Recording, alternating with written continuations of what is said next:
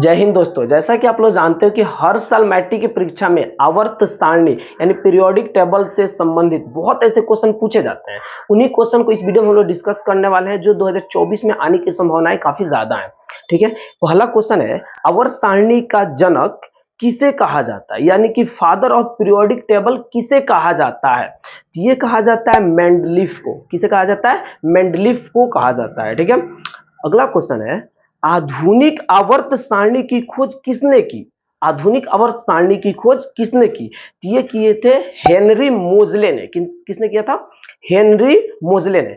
मैं आपको एक क्वेश्चन दे रहा हूं, आप इसका आंसर कमेंट बॉक्स में बताना। क्वेश्चन है, पृथ्वी पे सबसे ज्यादा मात्रा में पाई जाने वाली धातु कौन सी है? यानी हमारे अर्थ पे पाई जाने वाली वह कौन सी धातु है जो सबसे ज्यादा मात्रा में है? इसका आंसर आपको कमेंट में बताना है।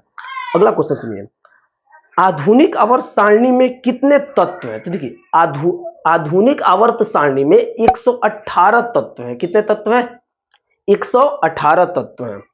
अगला क्वेश्चन है, आधुनिक आवर्त सारणी में आवर्त यानी कि पीरियड की संख्या कितनी है? आवर्तों की संख्या कितनी है? तो सबसे पहले आप इस फिगर को देखो।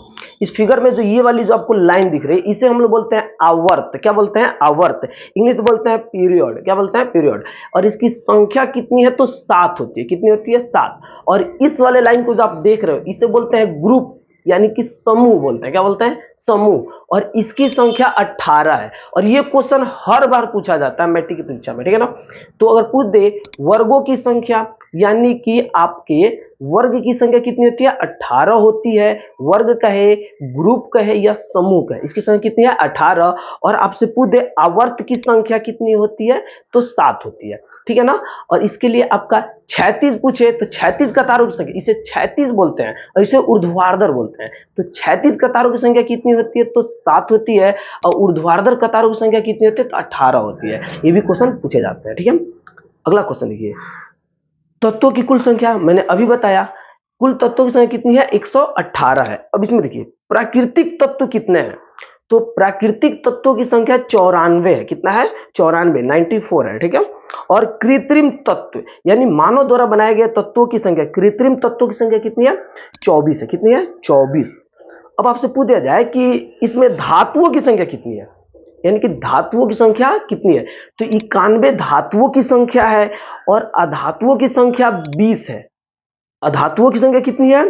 तो अधातुओं की संख्या 20 है और धातुओं की संख्या 91 है। ठीक है, और आपसे पूछ दे उपधातुओं की संख्या कितनी है? तो उपधातुओं की संख्या 7 है। कितना है? 7 है। अगला क्वेश्चन सुनिए, आधुनिक आवर्त सारणी में समूह यानी ग्रुप की संख्या, मैंने पहले बता दिया है, ग्रुप कहो, समूह कहो या ऊर्ध्वाधर कहो, इसकी संख्या कितनी होती है? 18 होती है। ठीक है, और इस लाइन को ऊर्ध्वाधर बोलते हैं। अगला क्वेश्चन है, आधुनिक आवर्त सारणी में तत्वों को किस क्रम में सजाया गया है? तो देखिए, परमाणु क्रमांक के आधार पर सजाया गया। किसके आधार पर सजाया गया? परमाणु क्रमांक। जैसे मैं पूछता हूं कि कार्बन कितना पे आता है, तो आप कहते हो 6 पे आता है। क्लोरीन कितना पे आता है? तो 17 पे आता है। कैल्शियम कितना पे आता है? तो 20 पे आता है। तो मैंने नंबरिंग पूछा, तो ये किस क्रम पे सजाया गया? परमाणु क्रमांक के आधार पर सजाया गया। ठीक है ना?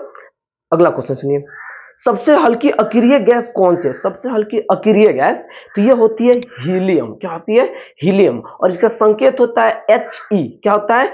He से हीलियम होता है और यह 2 पे आता है। ये कितने पे आता है? 2 पे आता है। तो आपको ये तीनों बात याद होनी चाहिए। अगला क्वेश्चन, आधुनिक आवर्त सारणी का सबसे हल्का धातु का नाम क्या है? देखिए, आधुनिक आवर्त सारणी के सबसे हल्का धातु कौन है? तो वो है लिथियम। कौन है? लिथियम। और Li से होता है लिथियम और ये आता है 3 पे, यानी इसके पूरे परमाणु क्रमांक क्या है? तो 3 है। Li से लिथियम होता है। ठीक है, और ये सबसे हल्की धातु है। क्या है? सबसे हल्की धातु। अगला क्वेश्चन है, ब्रह्मांड में सर्वाधिक मात्रा में पाया जाने वाला तत्व। दरअसल ये क्वेश्चन पूछता नहीं, मैं फिर बता दे रहा हूं, ब्रह्मांड में सबसे अधिक मात्रा में पाया जाने वाला तत्व कौन है? तो वो है हाइड्रोजन। कौन है?